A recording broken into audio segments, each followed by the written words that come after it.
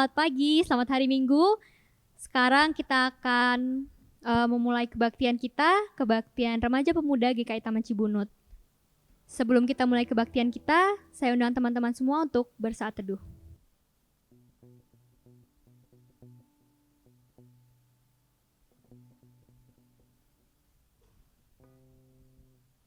Ya teman-teman, kita akan mulai kebaktian kita. Saya undang teman-teman untuk bangkit berdiri. Kita mau naikkan pujian. Mari masuk gerbangnya.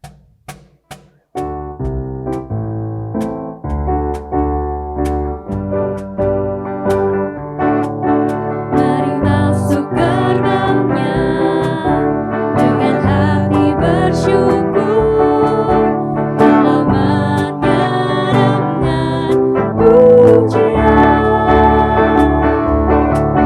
Penuhi baitnya dengan nyanyian syukur, hadiratnya tuh sukacita. Sebab Tuhan Dia baik dan anugerahnya kekal selama-lamanya. Amin. Sebab Tuhan Dia baik dan anugerahnya kekal selama-lamanya. Amin. Mari masuk gerbangnya dengan hati bersyukur, halamannya dengan pujian. Penuhi baitnya dengan nyanyian syukur, hadiratnya tuh sukacita. Sebab Tuhan Dia baik dan anugerahnya kekal selama-lamanya. Amin. Sebab Tuhan Dia baik dan anugerahnya kekal selama-lamanya. Amin. Ibadah ini berlangsung di dalam nama Allah Bapa, Anak dan Roh Kudus. Kasih karunia dan damai sejahtera dari Allah Bapa kita dan dari Tuhan Yesus Kristus menyertai saudara sekalian. Dan menyertai saudara juga. Ya teman-teman, jadi pada hari Minggu ini tema kita adalah jangan terus menentang. Jadi seperti yang kita tahu dalam kehidupan kita sehari-hari, seringkali perbuatan baik kita tidak mendapat tanggapan yang baik dari sesama kita ataupun dari orang yang menerima kebaikan tersebut. Nah, di hari Minggu ini dalam khotbah nanti kita mau sama-sama belajar nih dari Tuhan Yesus bagaimana sih caranya kita menyikapi perlakuan-perlakuan tersebut. Ya, sekarang sebelum kita masuk ke firman, saya mau mengundang teman-teman untuk berdoa bersama-sama mengakui dosa teman-teman pribadi, lalu akan saya tutup dalam doa.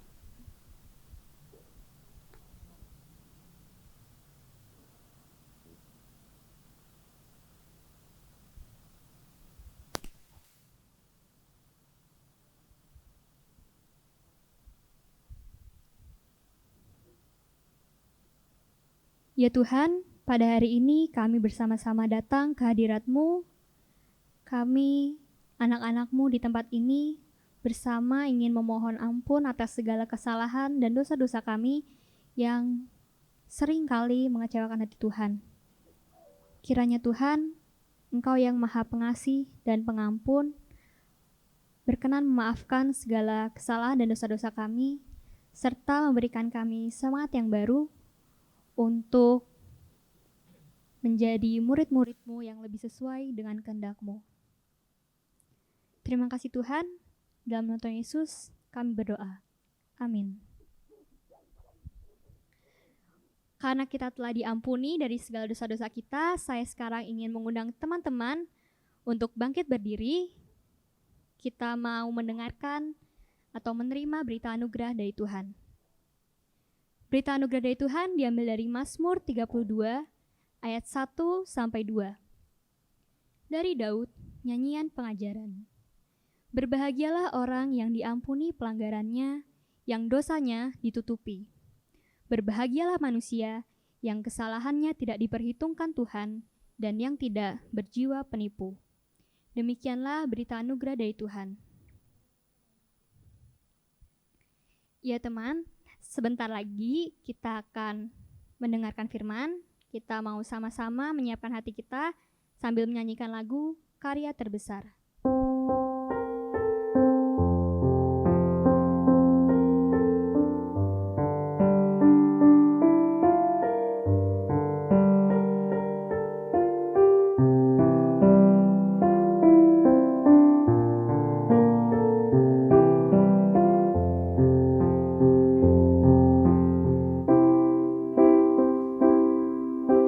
Kasih yang terindah, hati yang mulia,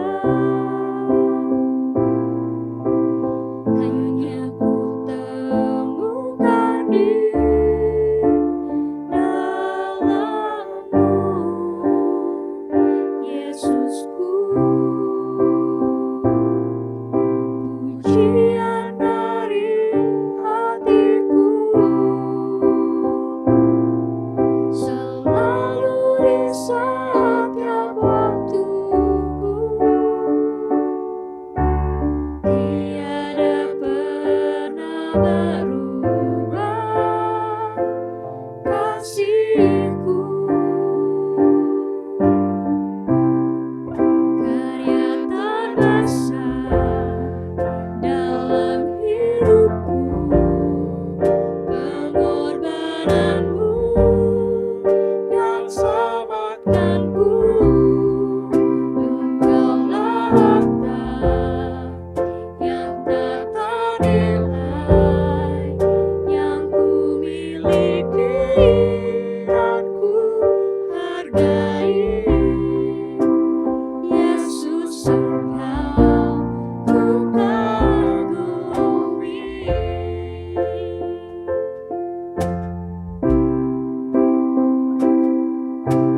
Kasih yang terindah, hati yang mulia, hanya ku temukan di dalam-Mu, Yesusku. Pujian dari hatiku selalu di setiap waktuku, tiada pernah berubah kasih-Mu.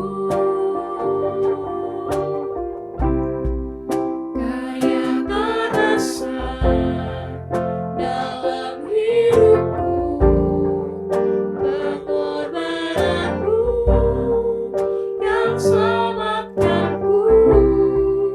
Engkaulah harta yang tak ternilai, yang ku miliki dan ku hargai. Yesus, Engkau ku kagumi.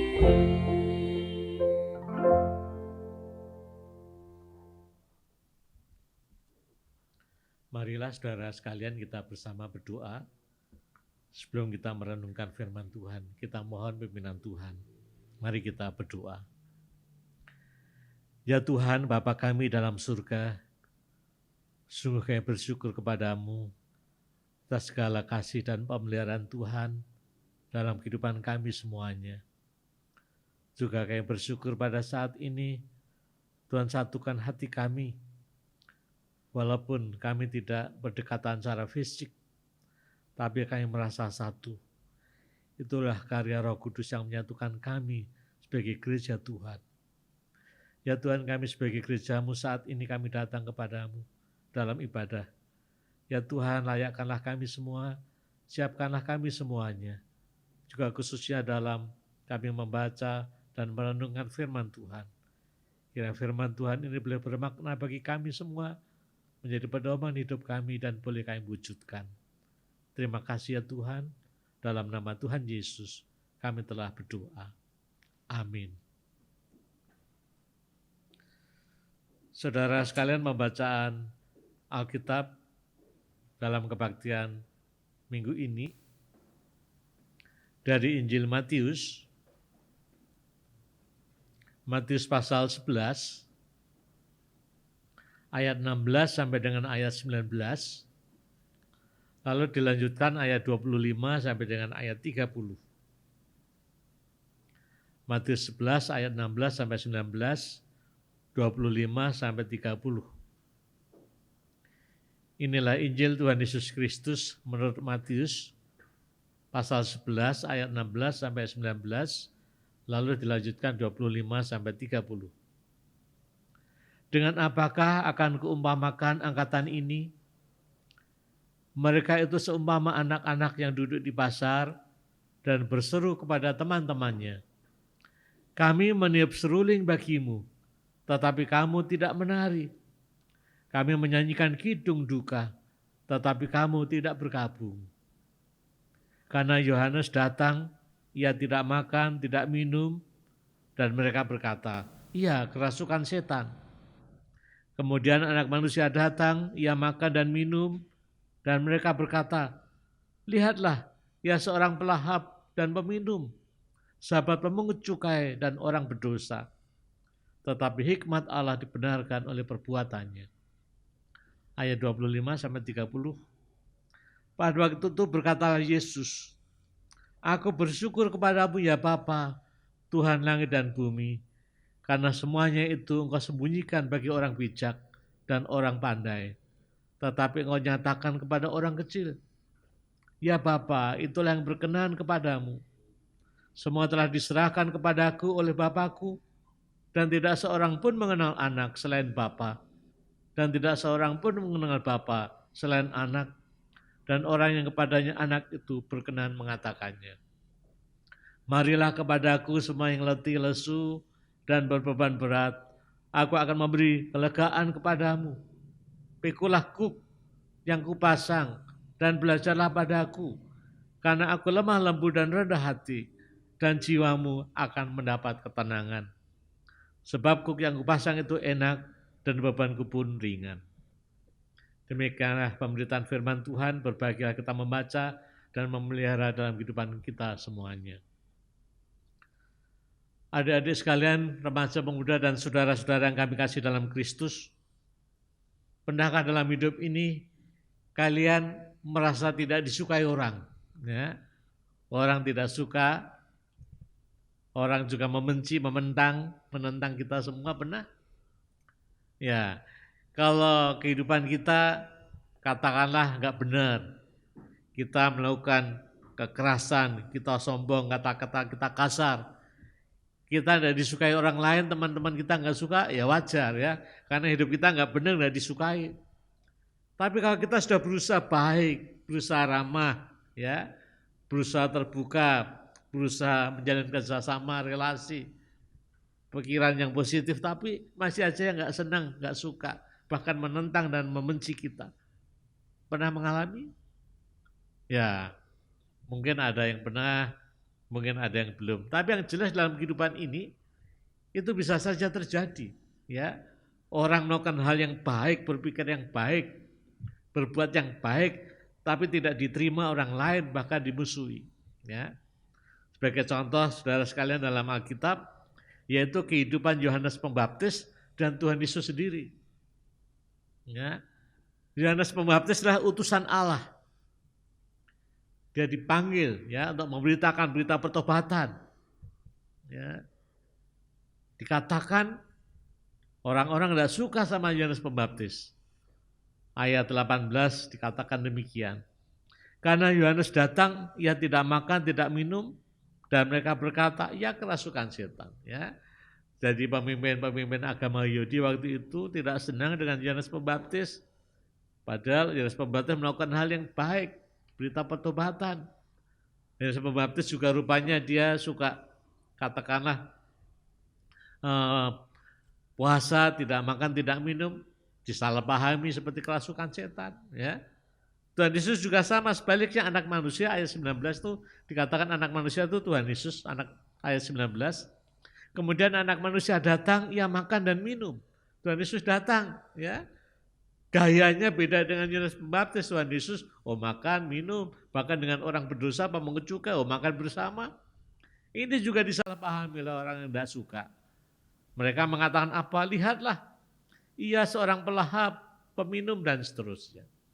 Jadi saudara sekalian, itulah kehidupan kita semua dari saat dulu sampai dengan sekarang seringkali itu dialami oleh orang-orang yang melakukan hal yang baik, yang benar, tapi disalahpahami, tidak disukai, dibenci, bahkan ditentang.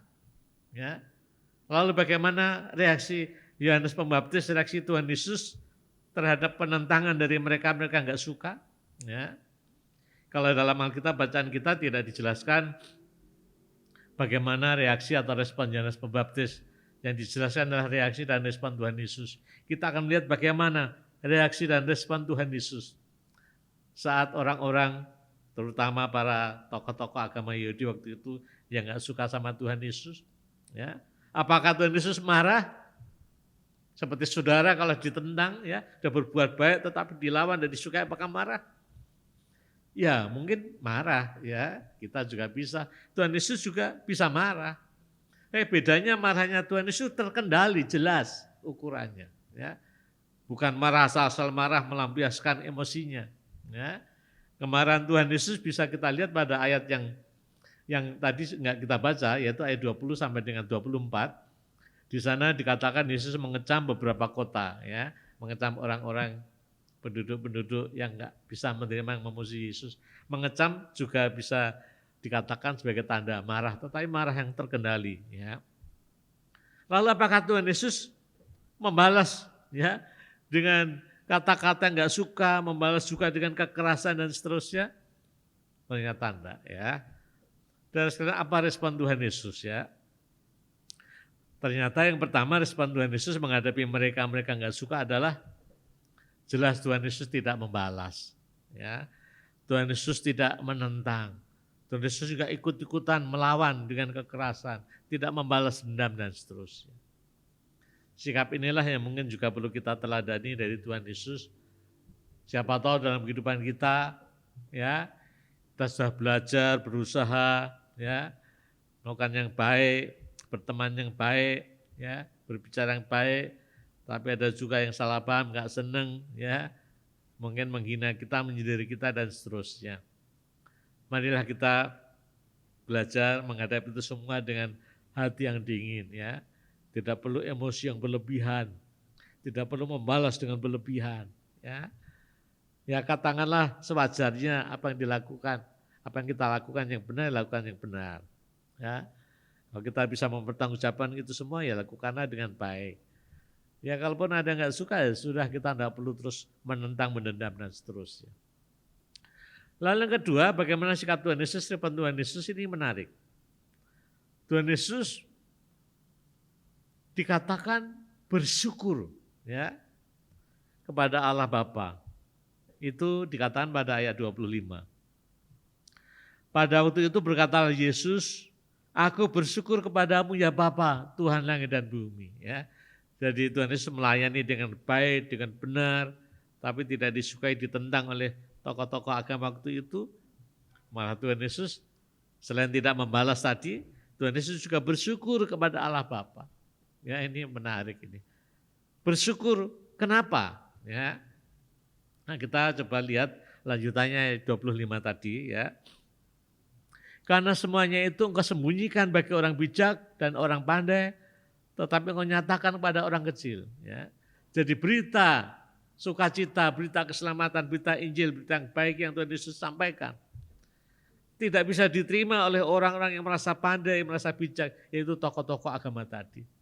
Tapi sebaliknya orang-orang sederhana, orang-orang kecil, orang-orang biasa bisa menangkap dan bisa menerima, bisa percaya sama Tuhan Yesus. Bisa mengikut Tuhan Yesus. Contohnya yaitu murid-murid Tuhan Yesus sendiri. Kita tahu murid-murid Tuhan Yesus adalah dari kalangan relatif sederhana, ya, nelayan dan seterusnya. Dan mereka justru membuka hatinya, menerima berita yang disampaikan Tuhan Yesus. Ya, inilah yang Tuhan Yesus bersyukur, ya, bahwa mereka ini, katakanlah orang-orang biasa sederhana ini, dengan rendah hati mau menerima berita keselamatan itu dan mengikut Tuhan Yesus. Saudara sekalian, hal ini patut juga kita renungkan dalam kehidupan kita, ya. Kalaupun kita sudah berusaha melakukan yang baik sesuai firman Tuhan, melakukan kehendak Tuhan, tapi disalahpahami dan disukai, bahkan mungkin dibenci, ya. Ya kita tetap bersabarlah, ya. Kita tetap tidak perlu terbawa emosi, bahkan kita bersyukur, ya, walaupun mungkin orang tidak menerima, tapi sebagian yang lain mungkin menerima, ataupun orang itu tidak menerima, tapi bisa saja Tuhan mengubah suatu saat orang bisa sadar, ya. Yang penting kita tidak putus asa, tidak patah semangat, kita tetap punya pengharapan, ya, bahwa kebaikan yang kita sampaikan tidak sia-sia, ya, pasti ada saat yang berbuah, ya. Itulah harapan kita semua, sehingga kita tidak perlu putus asa kalaupun kita melakukan hal yang baik sesuai dengan firman Tuhan, tetapi ditendang orang lain. Lalu respon yang ketiga dari Tuhan Yesus, saudara sekalian, Tuhan Yesus sekarang mengajak murid-muridnya, ya, mengajak orang-orang yang percaya, mengajak orang-orang mengikut Tuhan Yesus, agar meneladan dan belajar pada Tuhan Yesus, sehingga mendapatkan kelegaan. Ya. Itulah ayat yang terkenal, ayat 25 dan seterusnya, khususnya ayat 28. Marilah kepadaku semua yang letih lesu dan berbeban berat, aku memberi kelegaan kepadamu. Ajakan Tuhan Yesus, ya, agar mereka yang mengikut Tuhan Yesus, walaupun mungkin nanti tidak disukai, ditendang orang lain, Tuhan Yesus akan memberikan kelegaan. Ya. Terus apa artinya Tuhan Yesus memberikan kelegaan kepada orang-orang yang percaya mengikut Tuhan Yesus, walaupun di tengah pertentangan yang ada? Dijelaskan lebih lanjut. Tuhan Yesus memberi kelegaan bukan berarti tidak ada beban, bukan berarti tidak ada hal yang harus kita lakukan dengan tanggung jawab, ya. Tapi tetap ada sesuatu yang harus kita lakukan, tanggung jawab dan beban itu yang di sini pakai istilah kuk, ya. Pikulah kuk yang kupasang dan belajarlah padaku. Kuk itu kayu yang ditaruh di atas leher, ya, lembu, supaya untuk ditarik, supaya untuk menarik kereta. Kuk ini dipasang, beban ini diberikan Tuhan Yesus kepada orang-orang percaya, murid-muridnya. Tapi kuk yang dipasang ini dikatakan enak, ya. Bukan menjadi kuk yang berat, cuma buat orang, aduh, tidak kuat menanggungnya. Ayat 30 mengatakan, sebab kuk yang kupasang itu enak dan bebanku pun ringan. Dan kuk yang enak itu maksudnya yang pas, ya, yang tidak membuat kita keberatan. Apa sebenarnya kuk yang Tuhan berikan pada kita? Sebenarnya tanggung jawab dan perintah supaya kita mengasihi. Perintah supaya kita mengasihi dalam kehidupan ini. Dan kalau kita bisa hidup dalam saling mengasihi, maka semuanya akan terasa ringan. Ya, pikulah kuk yang kupasang dan belajarlah padaku. Seperti Tuhan Yesus. Dia datang ke dalam dunia, menanggung tanggung jawab dari Allah Bapa untuk mewujudkan cinta kasih-Nya untuk menyelamatkan dunia. Ya, lalu lebih konkret dikatakan, karena aku lemah lembut dan rendah hati. Ini jabaran dari kasih. Kasih yang Tuhan ingin kita lakukan, mesti diwujudkan. Antara lain melalui apa? Kelemah lembutan dan rendah hati. Jadi intinya Tuhan ingin murid-muridnya kita semua hidup di dalam kasih, yang konkretnya adalah hidup dalam lemah lembut dan rendah hati. Ya. Lemah lembut itu artinya apa sih? Lemah lembut itu artinya bukan lemah gemulai, ya, beda ya. Kalau lemah gemulai kan seperti orang menari. Tapi lemah lembut itu gampangannya baik hati gitulah. Orang yang baik hati, orang bisa mengerti orang lain. Orang yang tidak sombong. Maka itu juga disejajarkan dengan apa? Disejajarkan dengan rendah hati, ya. Orang tidak sombong, orang bisa mengerti orang lain, orang bisa bergaul, menerima orang lain dan seterusnya. Itulah wujud cinta kasih dalam kehidupan bersama. Jadi saudara dalam bagian ini Tuhan Yesus mengajak murid-muridnya di tengah-tengah situasi mungkin ditentang orang, tidak disukai orang, tetap cinta kasih tidak hilang. Tetap kita wujudkan cinta kasih kepada siapapun juga. Itulah beban tanggung jawab Tuhan berikan kepada kita melakukan cinta kasih. Yaitu apa konkretnya? Yaitu hidup baik hati, lemah lembut, rendah hati, tidak sombong, menerima orang lain dan seterusnya. Saya bayangkan kalau orang-orang percaya kita semua sebagai anggota gereja dimanapun mewujudkan hidup cinta kasih, ya, murah hati, baik, rendah hati. Saya kira hidup jadi terasa enak. Maka dikatakan itulah yang membuat lega, ya. Hidup terasa enak, terasa nyaman. Cinta kasih, kerendahan hati, kelemah lembutan kita wujudkan di tengah keluarga kita. Maka keluarga kita juga terasa aman, nyaman, lega. Ya, kita pulang rumah senang. Kita wujudkan dalam lingkungan gereja. Semua wujudkan cinta kasih, tidak sombong, murah hati, baik hati. Oh, semua merasa lega, senang, bisa diterima. Ya, juga dalam lingkungan sekolah kita, lingkungan kampus kita, lingkungan masyarakat dan seterusnya. Di mana cinta kasih ditebarkan. Di sana memberikan kelegaan kepada semua orang. Baik yang melakukan cinta kasih maupun yang menerima cinta kasih. Itulah saudara sekalian hal-hal yang bisa kita renungkan pada kebaktian ini. Bagaimana Tuhan mengingatkan kita semua, kita menghadapnya diutus di tengah dunia untuk melakukan hal yang baik. Tapi belum tentu juga orang menerima kita dengan baik. Lalu bagaimana respon kita? Jangan kita ikut-ikutan melawan, menentang, melakukan kekerasan, membalas dendam. Tidak, ya. Biarlah kita terus berserah kepada Tuhan, bahkan bersyukur kepada Tuhan. Kiranya Tuhan tetap memakai kehidupan kita, ya, dan mewujudkan cinta kasih, dengan mewujudkan kelemah lembutan, kerendahan hati dimanapun kita berada. Maka hidup ini akan terasa nyaman, enak dan lega. Itu yang Tuhan inginkan, kelegaan ada dalam diri kita, dalam keluarga kita, gereja dan dimanapun kita berada. Ya, amin.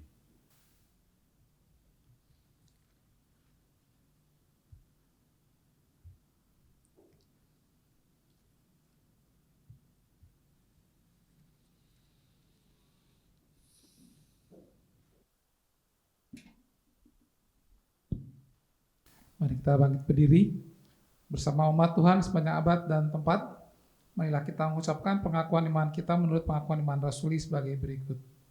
Aku percaya kepada Allah, Bapa yang Maha Kuasa, Khalik langit dan bumi, dan kepada Yesus Kristus, anak yang tunggal Tuhan kita, yang dikandung dari Roh Kudus, lahir dari anak darah Maria, yang menderita sengsara di bawah pemerintahan Pontius Pilatus, disalibkan, mati dan kuburkan, turun ke dalam kerajaan maut.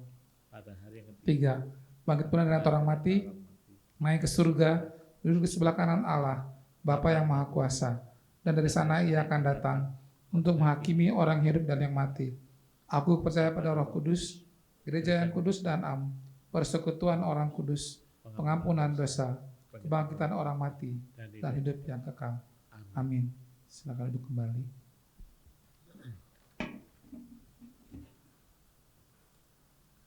Baiklah saudara sekalian, sekarang kita menaikkan doa syafaat kita, ya.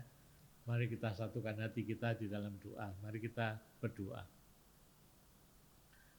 Ya Tuhan, Bapa kami dalam surga, kami bersyukur kepadamu kalau Engkau memberikan kepercayaan kepada kami menjadi murid-murid-Mu, mewujudkan firman Tuhan, kehendak-Mu, cinta kasih dalam kehidupan ini. Ya Tuhan, kami sadar dalam mewujudkan cinta kasih seperti yang Tuhan inginkan tidak selamanya mudah.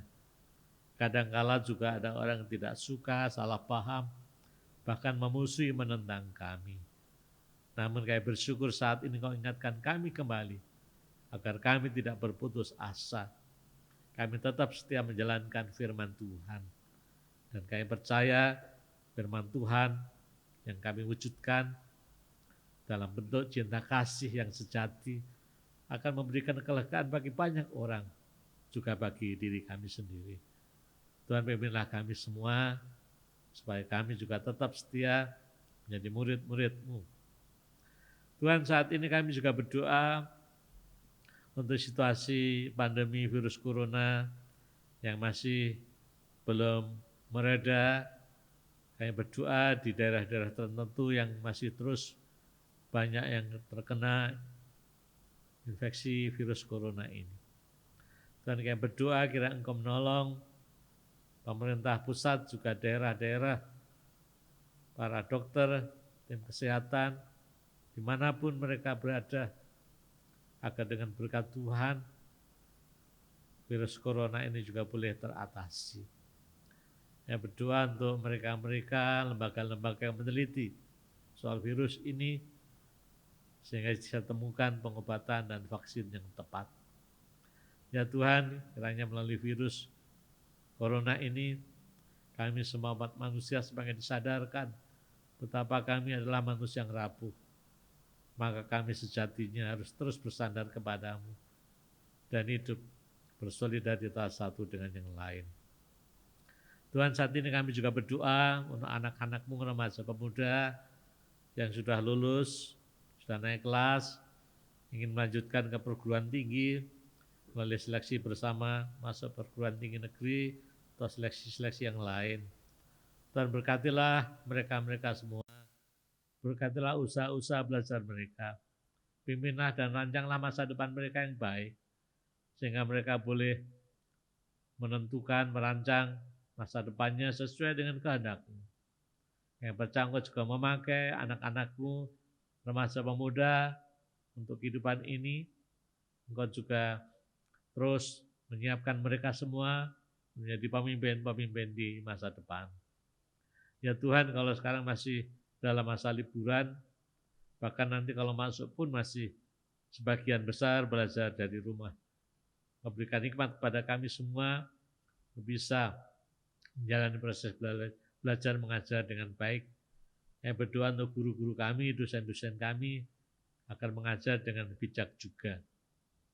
Ya Tuhan, kami juga terus bersyukur untuk gereja-Mu, Engkau terus pemimpin kami semua, seluruh anggota jemaat simpatisan, GKI Taman Cibunut, bahkan semua orang percaya, bahkan semua umat manusia. Tuhan, jagalah kami semuanya, lindungilah kami dari segala kuasa yang jahat. Terima kasih ya Tuhan. Inilah doa kami semuanya. Kami panjatkan dalam nama Tuhan kami, Yesus Kristus. Amin.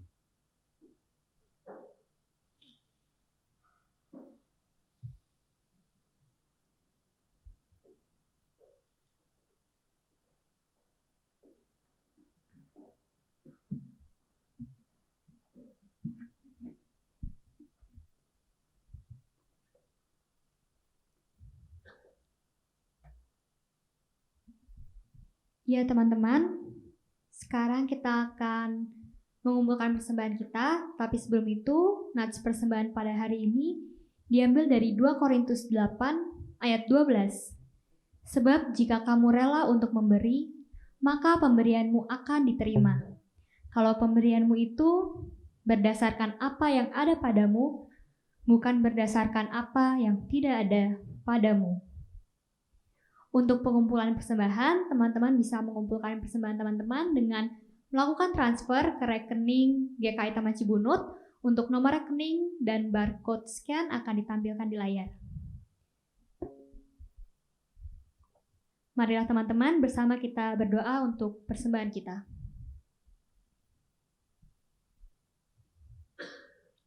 Tuhan Yesus, terima kasih Tuhan atas segala berkat-Mu yang telah Kau limpahkan pada kami, terlepas dari masa-masa sulit yang saat ini tengah dialami semua orang, tapi berkat-Mu tidak pernah berhenti atas kami.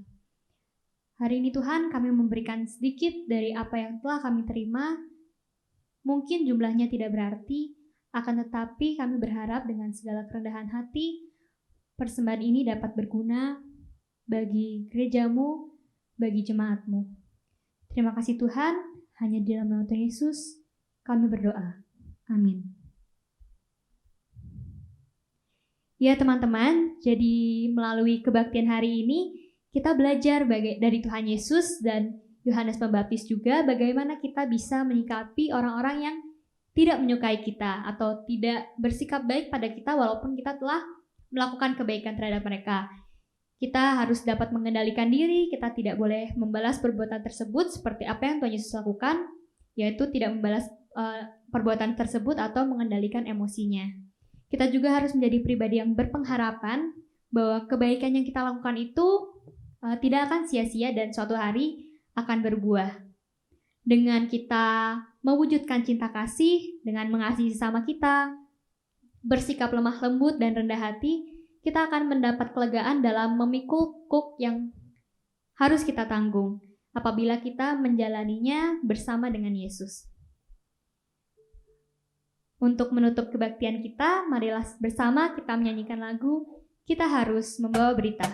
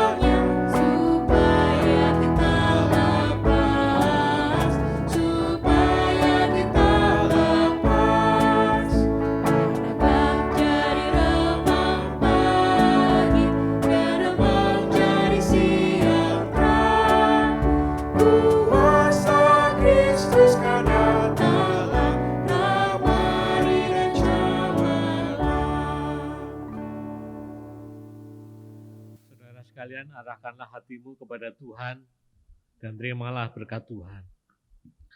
Tuhan menyinari engkau dengan wajah-Nya dan memberi engkau kasih karunia.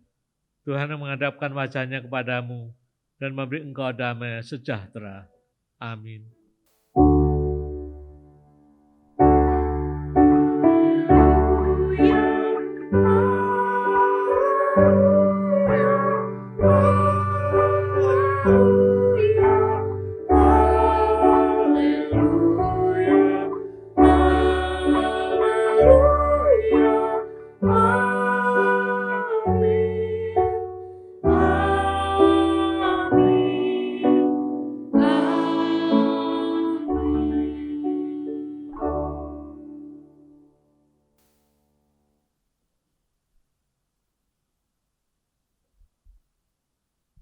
Ya teman-teman, kebaktian kita pada hari Minggu ini telah selesai. Kiranya kebaktian ini dapat menjadi berkat. Selamat hari Minggu, Tuhan Yesus memberkati.